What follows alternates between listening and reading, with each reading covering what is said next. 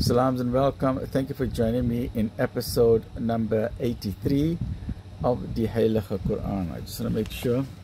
Okay, episode number 83 of the Heilige Quran, the Afrikaans reading of the Quran, the Heilige Quran by Imam M.A. Baker. Please obtain your free copy from the IDM at 031-304-6883, IPCI 3060026 or 27, MJC 02168444606, or Muhammad's Hardware 012-374-6102, and I obtained my copy from Jones.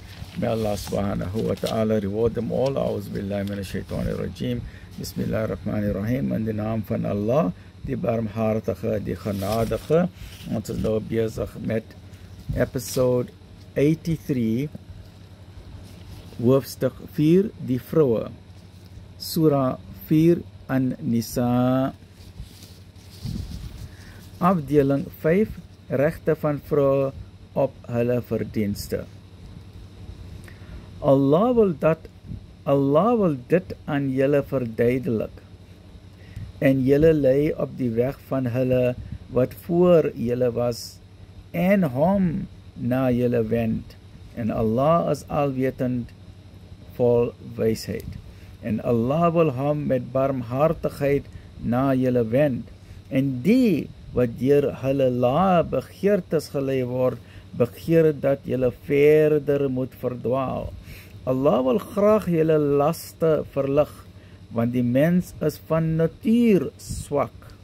O julle wat glo, moenie mekaar se eiendom op onwettige wyse deurbring nie, en dryf handel deur onderlinge ooreenkoms, en julle mag nie selfmoord pleeg nie, voorwaar Allah is altyd vir julle genadevol, en wie ook al dit doen by wyse van oortreding en deur onregverdigheid, ons sal hom in die vuur werp, en vir Allah is dit maklik.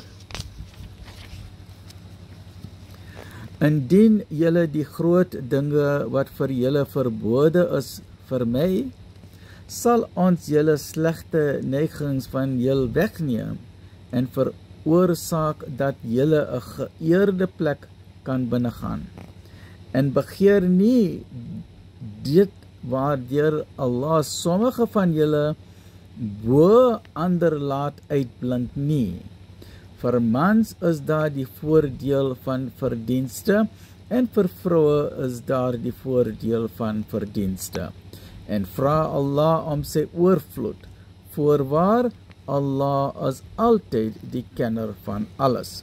En vir elkeen het ons erfgename bepaal ten opsigte van wat ouer is en bloedverwante nalaat.